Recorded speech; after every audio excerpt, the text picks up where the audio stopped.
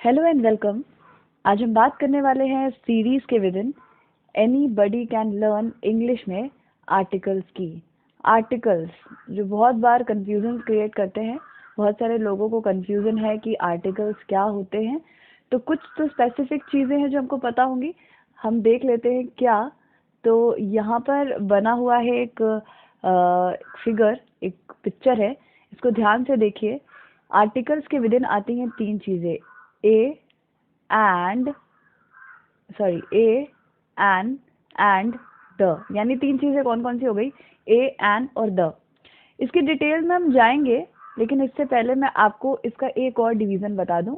ये डिवीजन है कि आर्टिकल्स दो प्रकार के हो सकते हैं, एक जिसे हम कहते हैं इनडेफिनिट और दूसरे जिसे हम कहते हैं डेफिनेट।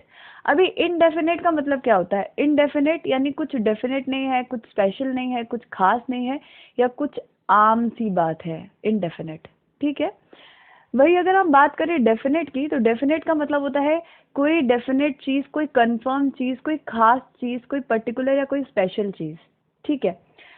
तो जब हम इनडेफिनेट आर्टिकल की बात करते हैं तो इसमें आती हैं दो चीजें, एक तो आता है इसमें ए और दूसरा आता है एन। ए और एन किसका पार्ट है? ये है इनडेफिनेट का पार्ट। यही डेफिनेट में आता है क्या? द। अभी हम इसके डिफरेंस को समझते हैं एग्जाम्पल से, एग्जाम्पल को लेकर। तो ये जो एग्जाम्पल है वो हम यहाँ से उसको देख लेते हैं कि वो क्या एग्जाम्पल है। एग्जाम्पल ये है कि आपने एक दिन ये सोचा कि आपको एक पेन चाहिए। आपने क्या सोचा है? आपको चाहिए एक पेन। ये पेन है, शायद इस पेन की बात कर रहे हैं। तो जब आपको ये पेन चाहिए तो आपके दिमाग में इस पेन की कोई पिक्चर नहीं है, आप बस कहते हैं मुझे एक पेन चाहिए। जब आप बोलते हैं मुझे एक पेन चाहिए, तो वो कोई भी पेन हो सकता है। It can be any pen, कोई भी पेन, कोई खास पेन नहीं है, वो कोई सा भी पेन है। आपके दिमाग में किसी भी पेन की इमेज नहीं है। जब आपके दिमाग में किसी भी पेन की इमेज नहीं है, तो इसी सेंटेंस को आप इंग्लिश में बोलेंगे आई वॉन्ट अ पेन, मुझे एक पेन चाहिए। क्योंकि आपके दिमाग में कुछ भी डेफिनेट नहीं है, तो आप इनडेफिनेट हैं इस चीज को लेकर। आप इस चीज को लेकर इनडेफिनेट हैं कि मुझे कोई भी पेन चाहिए, मतलब ऐसा नहीं है कि कोई खास पेन। लेकिन यही कहानी दूसरी तरह की भी हो सकती थी। ये कहानी ऐसी हो सकती थी कि एक दिन आप मार्केट गए, एक दिन आप बाजार गए, और बाजार में जाकर आपने एक पेन देखा, या आपने अपने दोस्त का कोई पेन देखा। इस पेन को देखने के बाद में आपको लगा यार कितना सुंदर पेन है, काश ये पेन मेरे पास भी होता, काश ये पेन मुझे भी मिल जाता। अब आपके दिमाग में वही पेन की एक पिक्चर बन गई है। अब जब आपको वो पेन की बात उठ रही है, तो आप कह रहे हैं कि मुझे वही पेन चाहिए, यानी कि now you want the pen. आपको वो डेफिनेट पेन चाहिए जिसकी पिक्चर आपके दिमाग में बनी हुई थी। यानी हमें इस बात को बहुत क्लियर करना है कि जब हम किसी आम चीज के बारे में बात करते हैं, जब हम किसी ऐसी चीज के बारे में बात करते हैं जो आम सी है, कोई स्पेशल नहीं है, तो हम ए या एन का यूज करते हैं। वही जब हम बात करते हैं किसी खास चीज के बारे में, तो हम द का इस्तेमाल करते हैं। तो बोलते वक्त भी अगर हम इसे यूज इस तरह से करें, तो शायद हमारा कंफ्यूजन खत्म हो जाए। आगे बढ़ते हैं। अच्छा, एक और एग्जाम्पल मैं आपको दे दूं। एग्जाम्पल ऐसा है कि एक दिन क्या हुआ, आप अपने दोस्त के साथ में खड़े हुए थे। ठीक है। आप और आपका दोस्त दोनों खड़े हुए हैं, और आपने कहा कि यार प्लीज कॉल अ टैक्सी, एक टैक्सी बुला दो। आपने क्या कहा कि कॉल अ टैक्सी। आपने कहा एक टैक्सी बुला दो। अब कौन सी टैक्सी बुलानी है, इसकी कोई इमेज आपके माइंड में नहीं है, इसीलिए आपने क्या कहा, कॉल अ टैक्सी।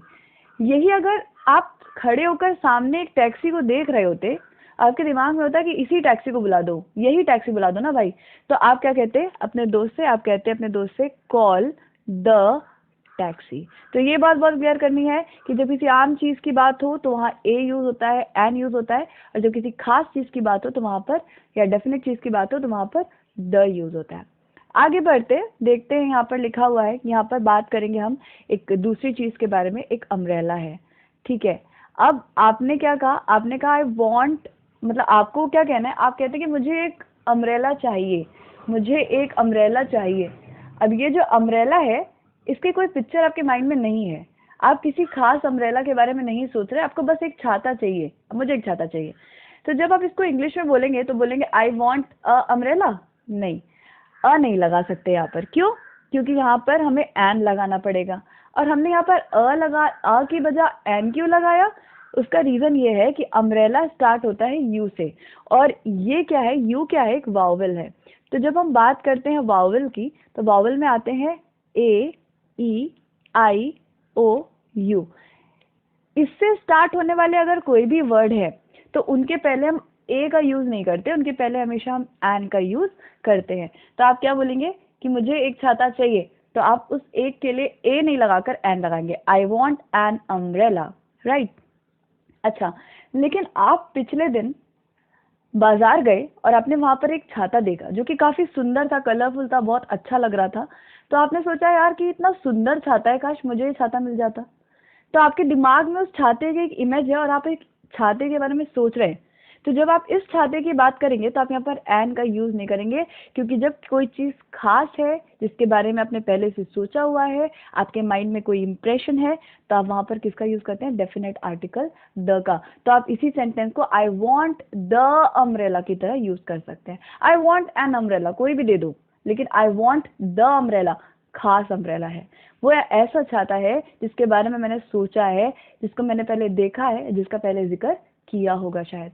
आगे बढ़ते हैं, देखते हैं यहाँ पर आपने कहा कि मैं 1 घंटे में वापस आ जाऊंगा। जब आप कहते हैं कि मैं 1 घंटे में वापस आ जाऊंगा, तो 1 घंटा यानी कि 1 आवर, ठीक है। तो आप जब इसको इंग्लिश में ट्रांसलेट करेंगे तो बोलेंगे I will be back in, I will be back in a hour. हम यहाँ अ नहीं लगा सकते, क्यों? क्यों नहीं लगा सकते, मैं आपको बताती हूँ। देखो, अभी कंफ्यूजन क्रिएट ये हो गया कि जब आवर में एच आ रहा है और एच जो है कॉन्सोनेंट है, वॉवल नहीं है, तो इसके पहले तो अ ही आना चाहिए। लेकिन यहाँ पर हमने लिख दिया आई will be back in an hour. क्यों? यहाँ आपका एक दूसरा कंफ्यूजन क्लियर होता है कि ये जो ए एन है, ये एन हमेशा उन चीजों के पहले लगता है जो वावल हो, वावल के पहले लगता है, और वावल के अलावा ये वावल का साउंड देने वाले वर्ड्स के पहले लगता है, वावल साउंड। देखो, आर को हम आर पढ़ते हैं, आर आर आर में क्या आ रहा है? ओ सुनाई पड़ रहा है, ओ, और ओ क्या है? वावल का पार्ट है। इसको क्लियर करने के लिए हम कुछ एग्जांपल्स देखते हैं, और ये बहुत इजी है। अगर आप इसको हिंदी में फाइंड आउट करने की कोशिश करेंगे तो आपको पता चलेगा कि कितना आसान है। देखो, हमको पता है कि एन का इस्तेमाल हमेशा वावल या वावल साउंड के पहले होता है। तो वावल क्या होता है ये तो आपको पता है, ए ई आई ओ यू। लेकिन वावल साउंड कैसे पता करें हम? तो आप ये समझ लीजिए कि वावल साउंड को हम पता करने के लिए हिंदी के स्वरों को जानते हैं। स्वर, आप जानते हैं कि स्वर क्या होते हैं? अ आ ई, है ना? ये जो पूरे होते हैं ये स्वर होते हैं। तो जिन भी वर्ड्स को बोलते टाइम हमें स्वर सुनाई पड़ते हैं स्टार्टिंग में, वो सारे के सारे वावल साउंड होते हैं। एग्जाम्पल से मैं इसको और क्लियर करूंगी। और कॉन्सोनेंट साउंड के साथ में किसका यूज होता है? ए का यूज होता है, आपको ये बात बहुत अच्छे से मालूम है। और कॉन्सोनेंट साउंड हमें हिंदी में कौन देते हैं? क ख ग घ, ये जो पूरा है वो सारा जो व्यंजन कहा जाता है हिंदी में, वो आते हैं। हम इन्हें देख लेते हैं यहाँ पर एग्जाम्पल के थ्रू। यहाँ लिखा हुआ है अम्ब्रेला। अब अम्ब्रेला को देखो हिंदी में कैसे लिखा जाता है? अम्ब्रेला को हिंदी में लिखा जाता है अ, यहाँ पर आ गया ना। अ क्या है? अ आ ई का पार्ट है ना, यानी कि ये अ आ ई का पार्ट है, यानी कि ये क्या हो गया? स्वर। और स्वर के लिए हमेशा क्या यूज होता है? एन का इस्तेमाल किया जाता है। दूसरा है यूनिवर्सिटी। अब यूनिवर्सिटी को देखो, इसमें भी यू आ रहा है, यूनिवर्सिटी में भी यू आ रहा है ना? ए ई आई ओ यू वावल का ही पार्ट है। लेकिन जब हम यूनिवर्सिटी को हिंदी में लिखते हैं तो हम लिखते हैं यू, य क्या है? व्यंजन है। क्योंकि ये व्यंजन है, स्वर नहीं, तो यहाँ पर हम यूनिवर्सिटी के पहले एन नहीं लगा सकते, ए लगाएंगे, ठीक है। नेक्स्ट है ऑनेस्ट। अब ऑनेस्ट को हिंदी में लिखकर देखो कैसे लिखाता है? ऑनेस्ट, जैसे अ आया आपको पता चल गया ये स्वर है, और स्वर के पहले हमेशा ये वावल साउंड देते हैं, इसके पहले हमेशा एन लगता है। दूसरा है हॉर्स। हॉर्स, हॉर्स को हिंदी में लिखिए ह से स्टार्ट होगा, और ह क्या है? व्यंजन है, इसलिए इसके पहले ए लगेगा। आगे है ऑरेंज। ऑरेंज में आ रहा है, इसलिए यहाँ पर एन आएगा। नेक्स्ट है वन। वन में व आ रहा है, व क्या है? ये जो है स्वर नहीं है, कॉन्सोनेंट साउंड है, इसलिए यहाँ पर क्या आएगा? अ आएगा। आई होप आपको क्लियर हो रहा होगा। एलिफेंट। एलिफेंट में ए आ रहा है, ए, ये क्या है? स्वर है, इसलिए यहाँ पर एन आता है। यूरोप, ये भी ई से स्टार्ट हो रहा है लेकिन इसमें य का साउंड आ रहा है, इसलिए क्या हो जाएगा, यहाँ पर ए आ जाएगा। नेक्स्ट है यूनियन, यूनियन में भी य का साउंड आ रहा है, स्वर नहीं है, जबकि यू से स्टार्ट है, फिर भी यहाँ पर क्या हो जाएगा, यहाँ पर ए हो जाएगा, अ यूनियन। नेक्स्ट है ईयू, ईयू की बात अगर हम करें तो ये ई से स्टार्ट हो रहा है, तो यहाँ पर तो एन आ ही रहा है। नेक्स्ट है ईगल, ईगल भी ई से स्टार्ट हो रहा है, एन आ ही रहा है।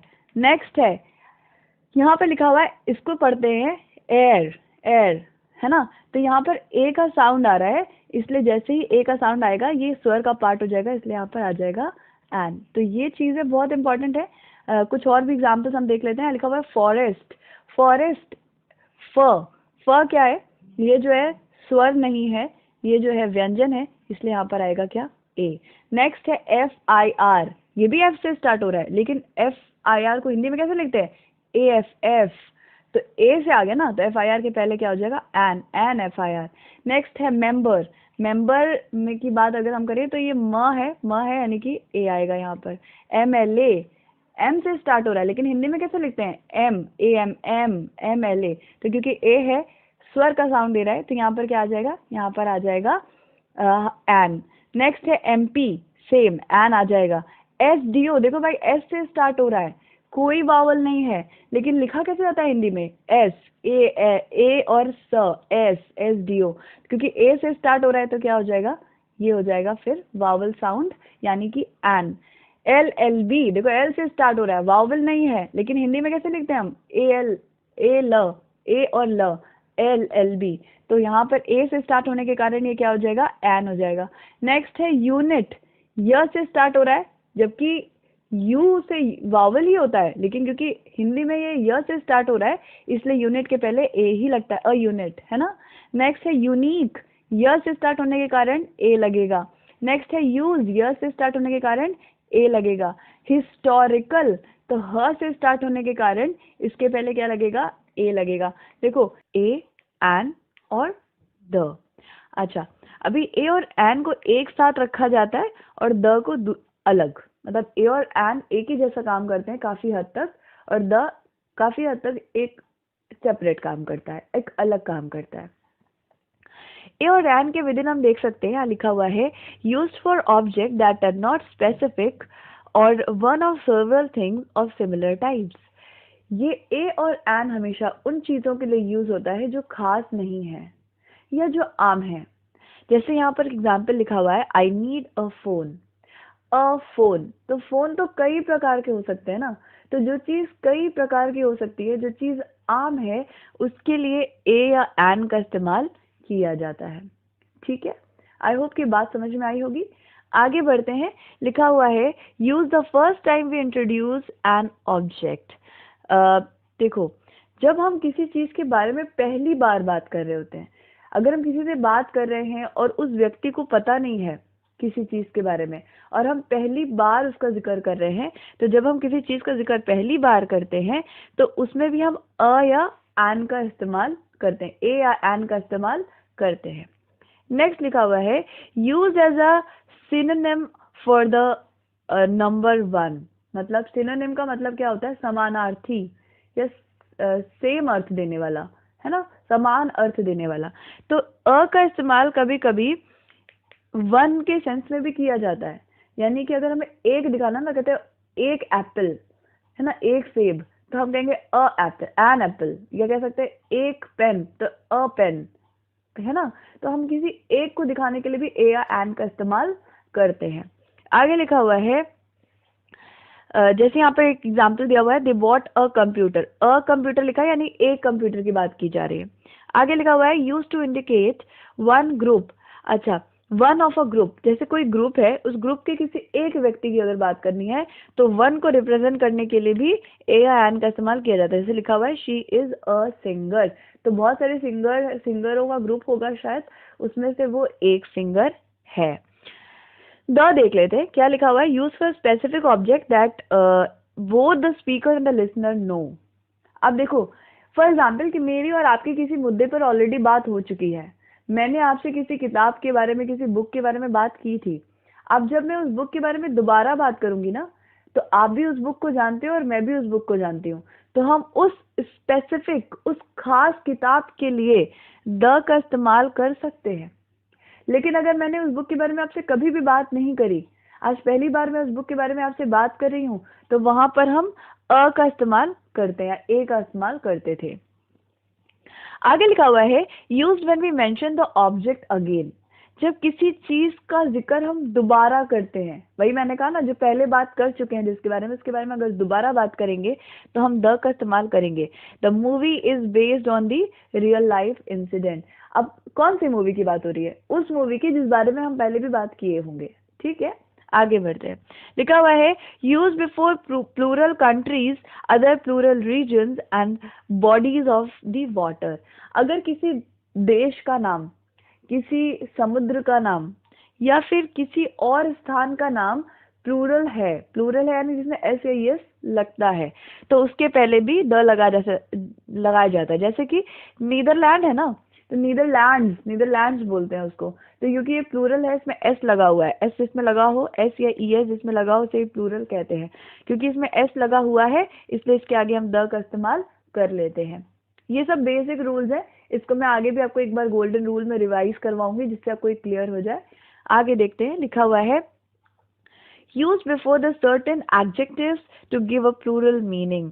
देखो, कभी कभी एडजेक्टिव्स के साथ में भी इस्तेमाल किया जाता है जब उस एडजेक्टिव का मतलब हमें प्लूरल देना हो। जैसे हम कहेंगे ना, हमने कहा रिच, तो रिच क्या होता है? अमीर। अगर मैं कहूँ रिच मैन, तो रिच मैन का मतलब क्या होता है? अमीर आदमी। लेकिन मैंने कहा द रिच, तो द रिच का मतलब क्या होता है? सारे अमीर वर्ग को शो किया जा रहा है, मतलब प्लूरल की बात हो रही है, बहुवचन की बात हो रही है।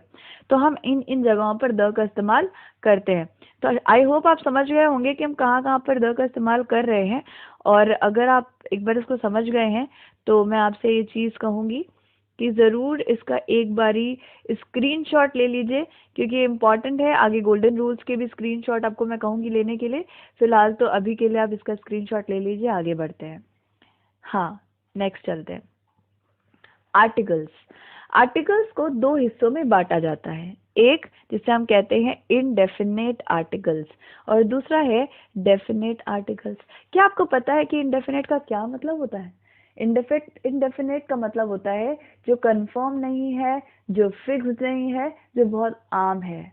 और डेफिनेट का मतलब होता है कि कंफर्म्ड है, definite, it is definite, I am definitely sure. Definite का मतलब होता है जो कंफर्म हो या जो फिक्स्ड हो। अच्छा, जो चीज कंफर्म नहीं है वो चीज आम है, और जो चीज आम है, आम चीजों के लिए, जो खास नहीं है, जो आम है, उन आम चीजों के लिए हमेशा ए या एन का इस्तेमाल किया जाता है, ध्यान रखिएगा। ए और an is used for any, not specific. देखो, जैसे एनी मतलब कोई भी, जैसे मैंने कहा केस, अगर मैं आपसे बोलूं केस तो आप सोचेंगे कोई भी केस हो सकता है, भाई हमको क्या पता कौन सा केस है ना। यानी कि ये जो केस है, केस के पहले हम क्या लगाएंगे? अ लगाएंगे। क्यों? क्योंकि किसी भी केस की बात हो रही है। अच्छा, अभी आप इमेजिन करिएगा, 2 मिनट के लिए सब लोग सोचिएगा, जितने भी लोग हैं। मैं कहूँ बुक, तो किसी के दिमाग में हिंदी की बुक आ रही होगी, किसी के दिमाग में इंग्लिश की बुक आ रही होगी, किसी के दिमाग में जीके की बुक आ रही होगी। यानी कि वो बुक सबके लिए अलग अलग है, तो वो कोई खास बुक नहीं है, वो कोई भी बुक हो सकती है। जो कोई भी हो सकता है उसके लिए ए या एन का इस्तेमाल कर सकते हैं। इसलिए मैं यहाँ पर अगर बुक की बात कर रही हूँ, किसी भी बुक की बात कर रही हूँ, तो हम यहाँ पर अ बुक का इस्तेमाल कर सकते हैं। डेफिनेट की बात अगर हम करें तो ये फिक्स होता है, डेफिनेट के विद इन हमेशा द आता है। द वो चीज होती है जो किसी खास वस्तु के बारे में बात करती है। अगर मैं कहूँ द केस, तो मेरा कहने का मतलब होगा कोई खास केस, कोई ऐसा केस जिसके बारे में हम पहले भी बात कर चुके थे। तो ऐसे केस की अगर हम बात करते हैं तो उसे हम क्या कहते हैं? उसे हम कहते हैं डेफिनेट आर्टिकल। तो द हमेशा उन चीजों के पहले लगता है जो बहुत खास चीजों की बात हो रही हो, और ए और एन के बारे में लगता है, उनके साथ लगता है जो बहुत आम है। तो बहुत सिंपल सेंस में आगे ए कहाँ पर इस्तेमाल किया जाता है? हमेशा ए का इस्तेमाल किया जाता है कॉन्सोनेंट से पहले, लेकिन हमको हिंदी में देखना है व्यंजन, है ना। तो ये कॉन्सोनेंट के पहले इस्तेमाल किया जाता है जब हम किसी भी खास चीज के बारे में बात नहीं करते, यानी कि हम किसी भी आम चीज के बारे में बात करते हैं। जैसे मैंने केस का एग्जाम्पल आपको दिया भी था। एन का इस्तेमाल कहाँ होता है? इसका इस्तेमाल हमेशा होता है वावल के पहले, है ना, और कभी कभी कॉन्सोनेंट के पहले भी होता है, लेकिन इसको हम कैसे चेक करेंगे, इसको हम हमेशा चेक करेंगे हिंदी में, ध्यान रखना भी मैंने आपको सिखाया है हिंदी में चेक करना, तो इसको हमेशा हिंदी में चेक करिए कि ये कैसे बनता है। अगर हिंदी में एक स्वर है तो इसके आगे हमेशा आएगा एन, और हिंदी में ये व्यंजन में लिखा जाता है, व्यंजन से लिखा जाता है, तो इसके हमेशा पहले हमेशा क्या आएगा, ए। आगे बढ़ते, लिखा हुआ है a and an is use in the expression of frequency and quantity. अगर कभी हमें आवृत्ति की बात की जा रही है, कोई चीज कितनी बार घटित होती है इसकी बात अगर की जा रही है, या फिर किसी की मात्रा की बात की जा रही है, तो उसे हम क्या कहते हैं, उसके पहले हम क्या लगाते हैं, उसके पहले हम हमेशा ए या एन लगाते हैं, जैसे 4 times an hour, thrice a week। Next आगे है the is used when it is only one of it kind. देखो मैं कहूँ सूरज, सबके दिमाग में एक ही सूरज आ रहा है, अलग अलग आ रहा है क्या, नहीं, क्योंकि वो अपने में एक खास चीज है। अपने में जो चीज खास हो, अपने में जो केवल अपनी तरह का एक हो, उसके लिए क्या इस्तेमाल होता है, उसके लिए इस्तेमाल होता है द, है ना। तो वो अपने में खास है और हर किसी के दिमाग में वही आता है, वो केवल अपने तरीके का एक है, इसलिए द का इस्तेमाल होगा। दूसरा, इन सुपरलेटिव, सुपरलेटिव क्या होता है, जो सुपर है, जो सबसे बेस्ट है। सुपरलेटिव का मतलब कहते हैं ना कि गुड, बेटर, बेस्ट, है ना, या फिर जो कह सकते हैं टॉल, टॉलर, टॉलेस्ट वाला, जो सबसे सुपर है, उसकी बात जब भी करते हैं तो उसके पहले हमेशा द आता है। भाई जो सुपर है उसके साथ वो खास है ना, सुपर है तो खास है, तो सुपरलेटिव के पहले हमेशा क्या आता है, द आता है। नेक्स्ट है when we refer again to something that has been referred to once before. जब हम किसी ऐसी चीज की बात करते हैं जिसके बारे में हम पहले भी बात कर चुके हैं, जैसे कि gone with the wind is a book worth reading. देखो हमने यहाँ पर एक बुक का नाम लिया, gone with the wind.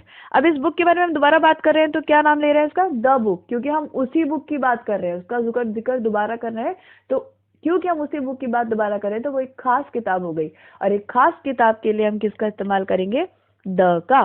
Next है टू इंडिकेट द ग्रुप और क्लासेस ऑफ पीपल। देखो अगर किसी लोगों के समूह या वर्ग को इंगित करना हो, जैसे नौजवान लोगों के पहले द यूथ, भारतीयों के पहले द इंडियंस, तो आप किसी वर्ग की, खास वर्ग की बात करते हो तो उसके पहले आप हमेशा किसका इस्तेमाल करेंगे, द का।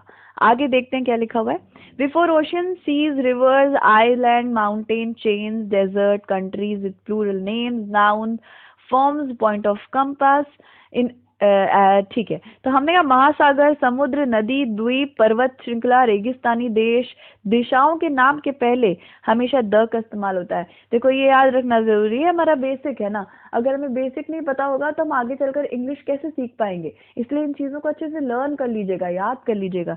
आगे देखते हैं, लिखा हुआ है in front of the noun, in front of any noun the listener और रीडर ऑलरेडी नोन अबाउट। हमने कहा ना उन चीजों के पहले लगता है जिसके बारे में हम पहले भी बात कर चुके हैं, सुनने वाला और बोलने वाला किसी चीज के बारे में पहले बात कर चुका है, जब उसी चीज के बारे में दोबारा बात करेगा तो उसके साथ द लगाएगा, क्योंकि अब वो पहले भी बात कर चुके थे, तो अब हम खास चीज के बारे में बात कर रहे हैं। जैसे माई कार इज मारुति, मेरे पास मारुति कार है, and the Maruti is reliable car. मैं हर मारुति को नहीं कह रही, मैं अपनी कार को रिलायबल कह रही हूँ, मेरी कार जो है बहुत भरोसेमंद कार है, ठीक है, क्योंकि हम उसके बारे में पहले भी बात कर चुके थे, तो दोबारा बात किया तो द का यूज किया।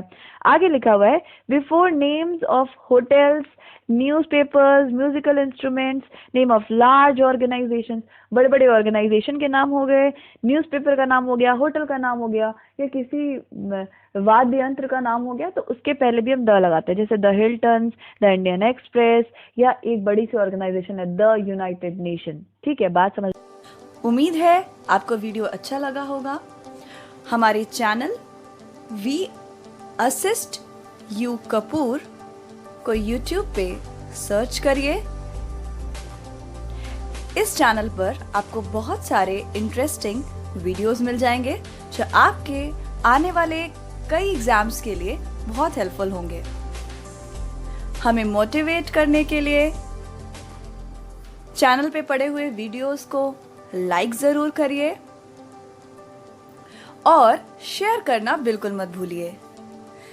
अपने ज़्यादा से ज़्यादा दोस्तों के साथ सोशल नेटवर्किंग साइट पर वीडियोस को शेयर करिए, because sharing is caring. Channel को सब्सक्राइब करने के लिए वीडियो के नीचे बने इस रेड बटन को क्लिक करना होता है। ये बिल्कुल फ्री ऑफ कॉस्ट होता है, तो बेफिक्र होकर सब्सक्राइब कर दीजिए। साथ ही बेल आइकन को प्रेस करना बिल्कुल ना भूलें, क्योंकि बेल आइकन ही आपको रिमाइंड कराता है कि कोई नई वीडियो पड़ गई है। Thank you so much. God bless you.